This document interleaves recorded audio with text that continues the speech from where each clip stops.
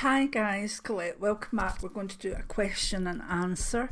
Now, I asked for questions, I think in one of the last videos about 3 weeks ago, and said to put them in the comments, and I've picked a few, and I'm just going to go through them. I haven't actually looked into them. I prefer just writing it down, go back to them, and then do it off the top of my head, because yes, that way I might miss some stuff, but also you're getting it fresh, I suppose.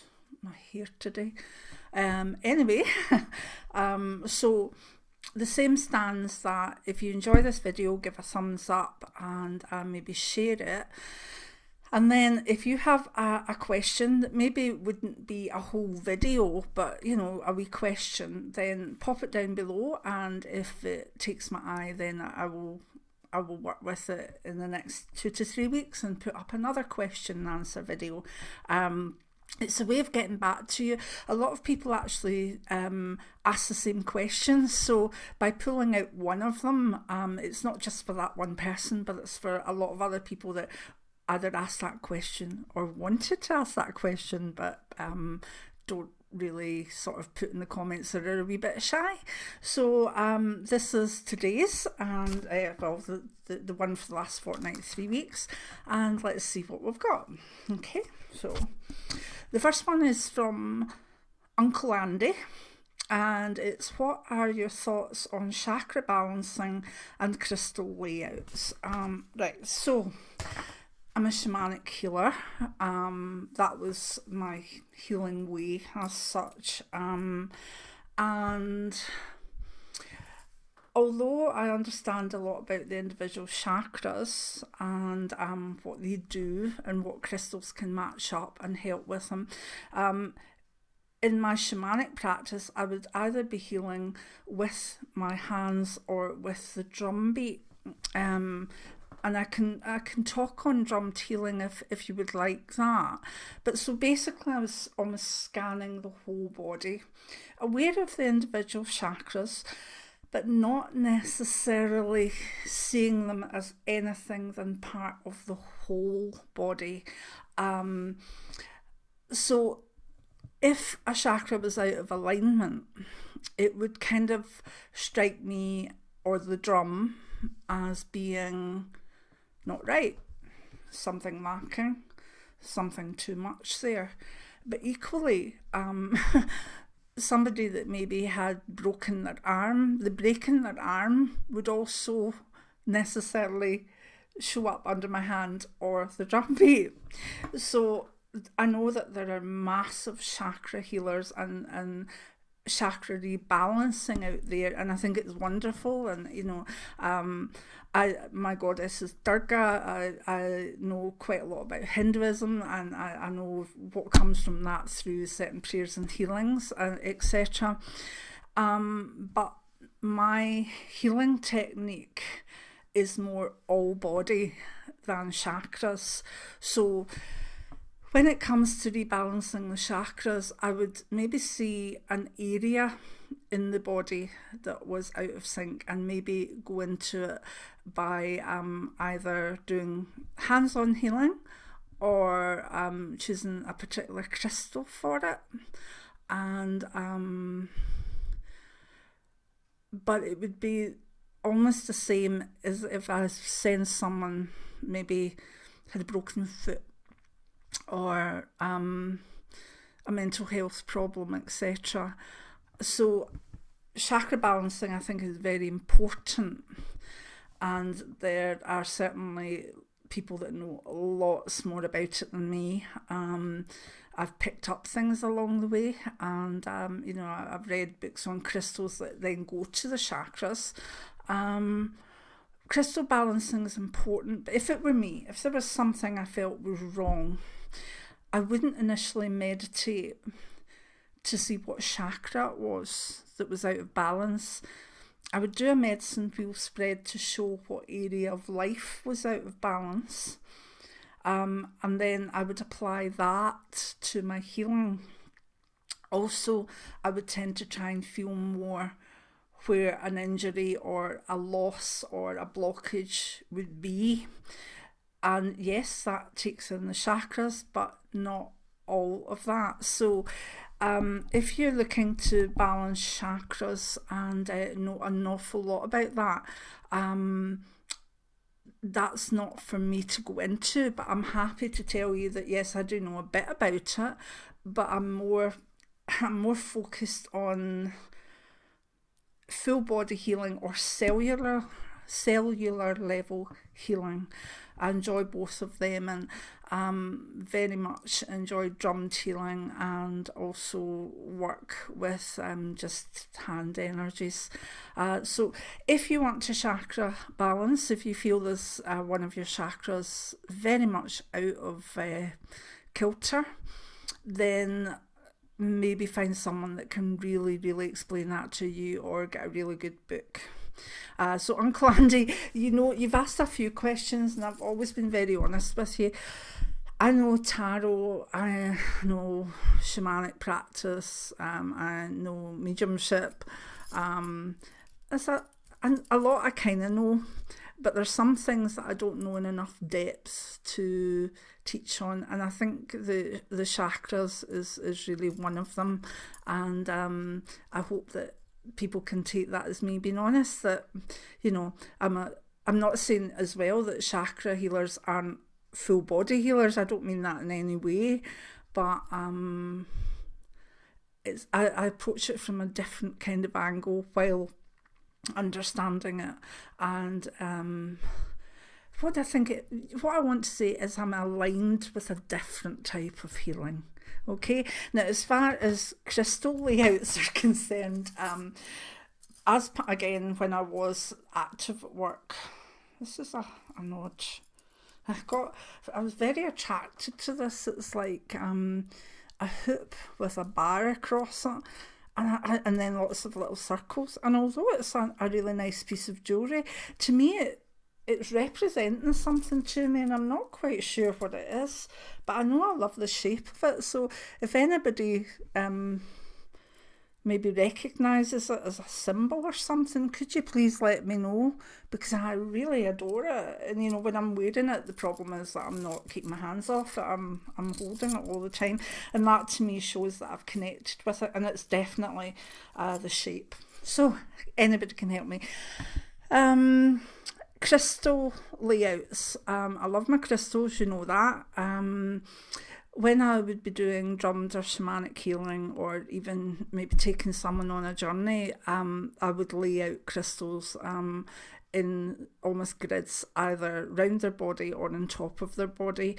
And it was very much based on where I saw a particular crystal would help. If I saw inflammation, I would maybe put a carnelian there, and if I saw that across from that there needed to be some sort of balance of the carnelian or whatever, I would do that. I've used crystal grids as such for a year. No, for not a year, for years. But they're not the ones like, when I go through crystal books, I see set out grids that other people have said this is what you do, and they're maybe in different shapes. They're sometimes in tetrahedron or Kabbalah shapes or whatever. These are all brilliant, but I just work with what I'm getting at the time, and stand back, go to the door, gaze at things, go back and maybe put one crystal on the person's forehead, and then maybe go back again, gaze. Or if it's the drum, I'm like, right, okay, that needs that needs a turquoise, or what I'm getting off the drum is that may need some sort of toning down, so we maybe need some black obsidian. And my grids are evolving grids depending on the person and the healing that was necessary. So yes, I do use grids, but you'll notice, Uncle Andy, in a lot of the stuff I do it my way because when I was starting out with all this stuff, I was brought up Catholic, and I couldn't talk to anyone about it. I had to find my own way. And even in my 20s, there was no internet. There wasn't internet properly. I don't think I got my first computer until I was about 34, 35. So there wasn't the internet. I had to find my own way. And when you find your own way, you find you do things, and then further down the line you'll see, oh, that's in a book, someone's already done that, and it's being taught now. But back then I had to develop my own ways, and that can sometimes make me feel a wee bit like, not it's my way or the highway, I don't mean that. It's like I'm stuck on what I know works, and it's because I've just used these techniques for years and years and years, and my techniques very much grow and develop in the moment. So I hope that helps, Sandy, and definitely I'd love to hear what you think on that. So that's number one. I thought it would take about 4 minutes, but no, 10. Cindy says, how do you control your third eye when you're out and about? Cindy says that she sometimes gets overwhelmed by everything going on, and I have done a video on that, how to close your third eye or whatever before you go out and about. But if you are out and about and you find yourself suddenly being opened up, there's two things that kind of go against one another. One is you need to maybe calm it down, and one way to do that is ground yourself, get your feet into the ground, or literally imagine your tree roots going down into the earth, or hold on to something, literally even if it's another person, get yourself grounded in some way. If you feel that your third eye is opening, that way, ground it. Maybe eat something dense, like a Mars bar or something. I know that sounds terrible advice, but it is going to partially ground you. Drink water, and don't automatically go into maybe chants or mantras, because that can sometimes open you up more. It's about feeling earthy and doing whatever you can do. If you say you were in the cinema and you felt yourself going a wee bit, feel yourself in your chair, feel your bum in the chair, feel your feet on the floor, put your arms in the armrest, things like that. The other side of that I'd like to say is sometimes when you're out and about and your third eye opens up, it's because it's meant to be open. Now, again, I went through a wee while where I had my third eye closed down as much as I could, because there was a lot going on in family, and there was a lot of things that I needed to not tune into. And my younger daughter, who's very psychic, was out with me one day, and we stopped, and I asked her to go to a particular shop further up for me because my walking wasn't good that day. And she was like, Mum, I don't want to, there's something not right up there. And I was like, oh, come on, please, can you just go and do this? And she was like, no, it feels wrong, it feels bad. And I mean, she's like a grown woman, but I was like, oh, please, go to do this. So she did it. But as she was wandering up the street to where she was, she felt herself being very, very anxious, but also very, she couldn't make out whether it was anxiety or it was the third eye going, get out of here. Either way, she did my bidding, which I thank her for, and I learned from it. But basically, we then did what we needed to do in the town, and on the way back, it was about 4 hours after we got back to the house, in the street that I'd sent her up, there was an explosion and a fire. And where I live is just a small town, so we knew it was going on and whatever, and it was in exactly the place that I'd sent her up to do the errand. So her third eye was saying there's something bad going to happen up there, a prediction of some sort.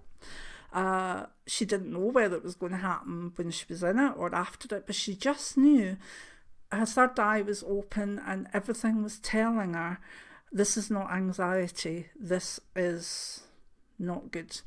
And later on that day, she was proven right and I was proven wrong, because my third eye was closed and I wasn't going into that place because I walked to it. So Cindy, what I would like to say is you have to maybe learn with each occasion that there's, most of the time, if your third eye flies open, it might be that you're not grounded enough. But in certain other times, it might be that your third eye needs to go, don't go on that train,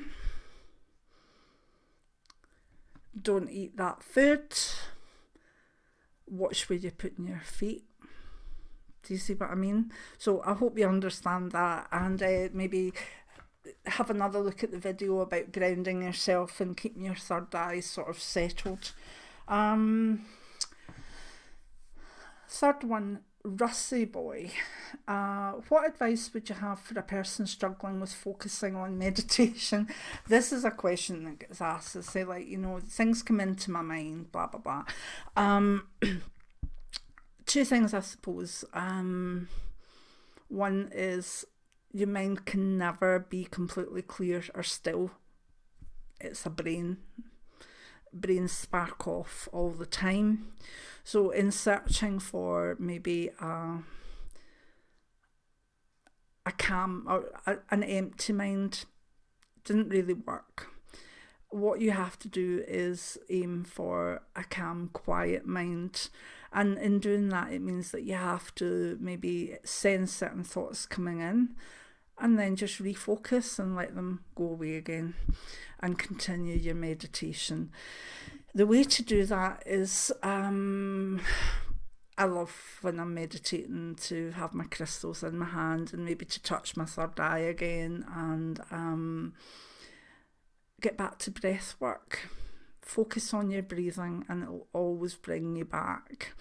I like fluorite crystals for meditation, labradorite, and breath work and scent. I really do like certain scents when I'm meditating. I like jasmine. I like rose oil as well. And I like kind of vanilla as well, as long as it's not too sweet. And the other thing to say to you is, and this is coming, just do it.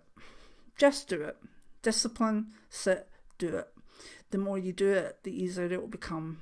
Also focus with other things that are more about having control over your mind. I remember being taught by an elder at one point, and we were in a forest and there were lots of little flies. They weren't midges, which we wouldn't tolerate, but there were little flies and they kept landing, and of course the minute one landed on me I would push it off or blow it off, and the elder was like, the next one that lands in your head, say thank you for this, take your time but move on. And I was like, but it'll tickle me and and I'll be itchy. And the elder was like, so? Just do it.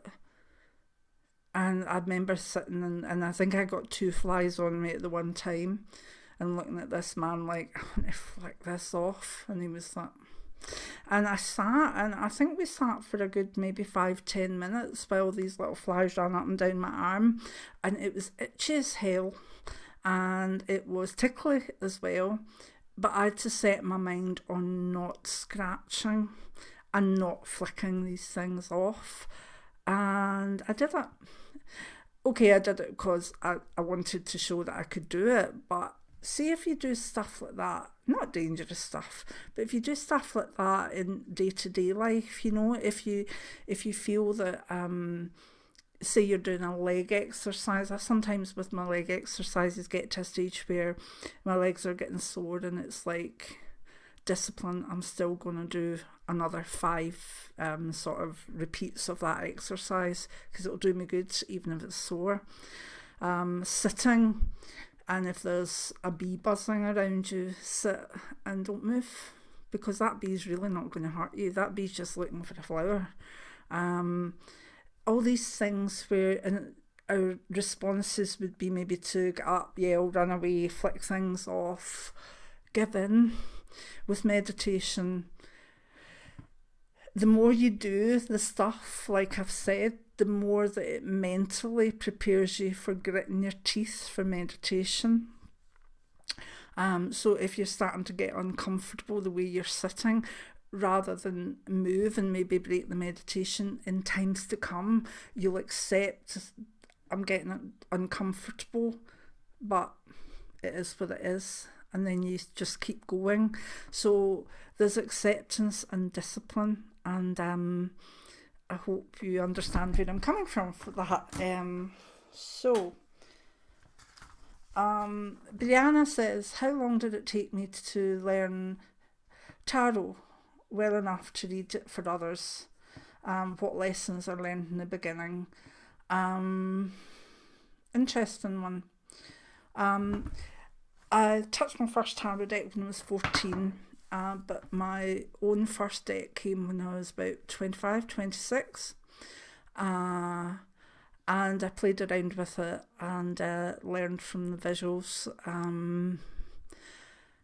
And then I read more books, and then I looked at things and I got to know it and played with it a lot. But when I started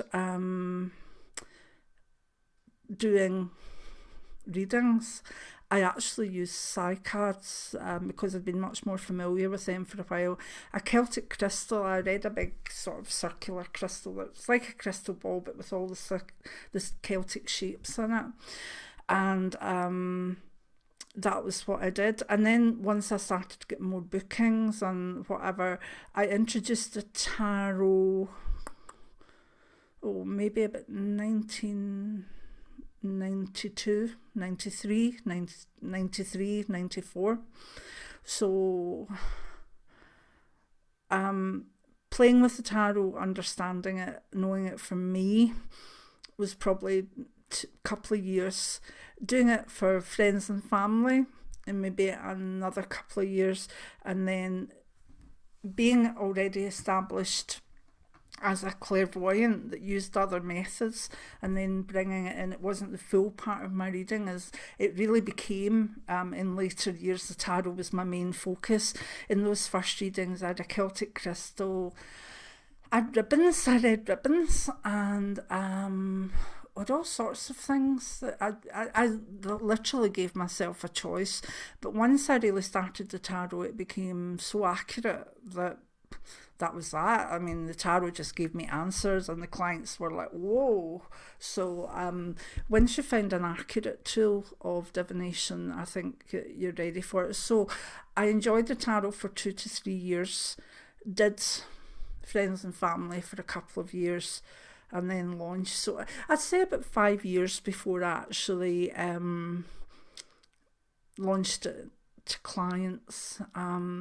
What I would say was that there wasn't any big courses or study that went along in that time. It was meditating, enjoying the cards, understanding them, buying new decks, because my first deck was all in Spanish. One of my first few lessons in doing readings with the tarot is people like to see that you're getting something from somewhere. If you're sitting kind of just taking, right, okay, I've got blah, blah, blah, that you were 6 years ago, maybe something happened or whatever. If you put out your cards for the past and you see maybe that car accident or whatever, and you give that, and then you can show the client, look, that's the tarot, and yes, I got the visuals of it, but there's the card backing it up. I found very early on that a lot of people like to be shown the cards. The other thing is that when the handman went out, if you had an arrogant person in, they'd turn it round the right way. There's one for you. Also found that with lots of people, particularly Catholic, that didn't want the tarot done at all. You've got to be aware of that. So if you're a clairvoyant tarot reader and tarot is your main thing that you use, make sure that you put clairvoyant tarot reader, because if you just put clairvoyant, people will come in that don't want the tarot. A lot of the time they ask first, some people don't. Oh God, I could write a book on people People want their money's worth. If you're charging, you need to be good. If you have a bad reading that you feel you're not connecting with a person, I found that people would maybe frown or scowl. But the minute I said, I'm not connecting with you, sorry about that, it happens, I won't take your money, they were fine. They were fine. As long as you then said that it's nothing to do with you, you're not going to walk out the door and get hit by a bus. It's just me, I'm not connecting with you. The people are always very generous until they think that you're not value for money.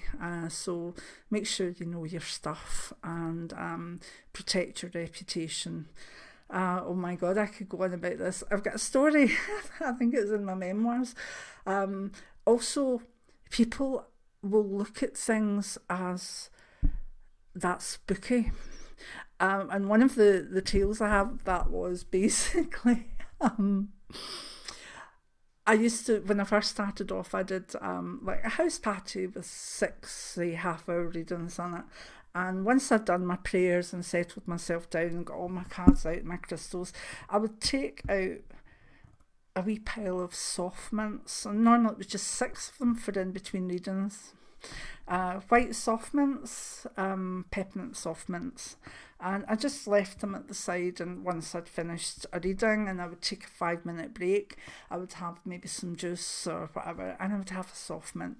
Keeps your breath nice, fresh, gives you that wee tiny bit of sugary boost. That's fine.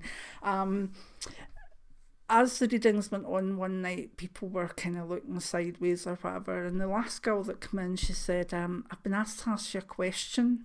And I said, oh, right, fair enough. She said, we've all watched, and you've had some sort of stones at the side of you, but every time you do a reading, one disappears.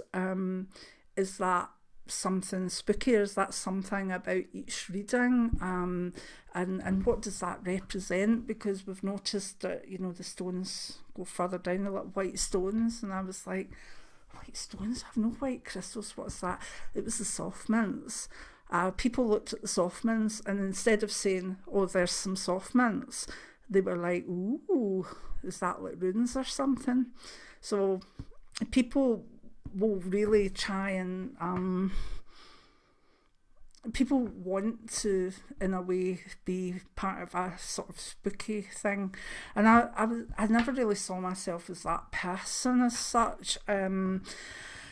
And for people that really deck themselves out in massive attributes of kind of witchy, clairvoyant stuff, believe me, you don't need that sort of stuff, because the general public will look at things and put their own meaning into it, i.e. soft mints or some sort of runestones.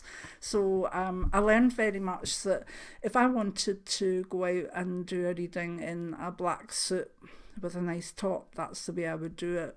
If I felt like going out in, you know, a very, very smart jumpsuit or something, you would very rarely see me in like big velvety skirts or stuff like that. It just wasn't me. Ultimately, the ritual clothes I used for the shamanic stuff would never turn up in a reading either. It was almost like I wanted to be seen as normal rather than batty, and I wanted to bring a normality to this world, because I'd given up pharmacy and a really good wage and a really good job to come and do it, and I didn't want disrespected for what I felt was an equal skill. Right, so anyway, I could go on with that. I'm just going to do a last wee one. There's also, Sophie asked for a video on stones and the feeling of stones, some sad stones, some happy stones, all sorts of things, but I want to do a full video on that, Sophia, because I do connect with stones and stuff, so I will do a full video on that. The last wee question was Crystal, who asked what is a wee coffee. Crystal's not Scottish, and a wee coffee. When I say I'm going to have a wee coffee or you can buy me a wee coffee, there's two things for it. The coffee is a link that you can hit in the description box, and it will take you to a £3 or $3 coffee, KOFI, and that buys me a coffee, and it goes into my PayPal account, so I can either use it for coffees, or I can use it for crystals, and I can use it to pay for my computer. So that's what it is. And a lot of people buy coffees, and it's wonderful, because all those $3 do add up, and they're very helpful for the channel. I'm not going to say they're not, because they are.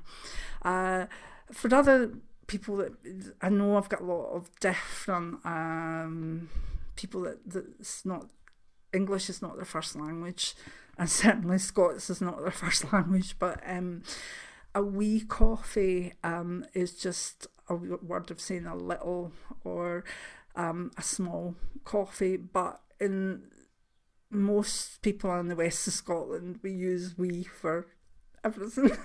So say, oh, I'll be gone for a wee minute. Oh, I'm going for a wee coffee. I'm going for a wee shower. I'm going for a wee walk. Going for the dogs need a wee haircut. And whether we're meaning a small, a short, or whatever, yes, a lot of the time we mean that, but a lot of the time it's just an adjective that goes in. And I've noticed that when I started off on YouTube, I tried to not say it as much, and now I don't care. So if you hear me saying we, it's not the French we, it just means small or little, and sometimes it just means nothing at all. So I hope you've enjoyed the question and answer. I want to do at least one of these a month, because I think that way I get to answer more of your questions without doing full videos on them. So if you like question and answer, put thumbs up, please share, because someone else might have had the same question, and it's just good. So again, I enjoy blathering through it. I could talk for longer. So that question on things I learned with the tarot, oh my goodness, I could go on for about 14 hours for that, but never mind. If you like that, you should read my Memoirs of a Clairvoyant by Colette Clairvoyant. Anyway, I love you and leave you, and I hope you have a nice day, week, weekend, and I hope you'll tune in again for more weekly tarot cards, etc. Many blessings now.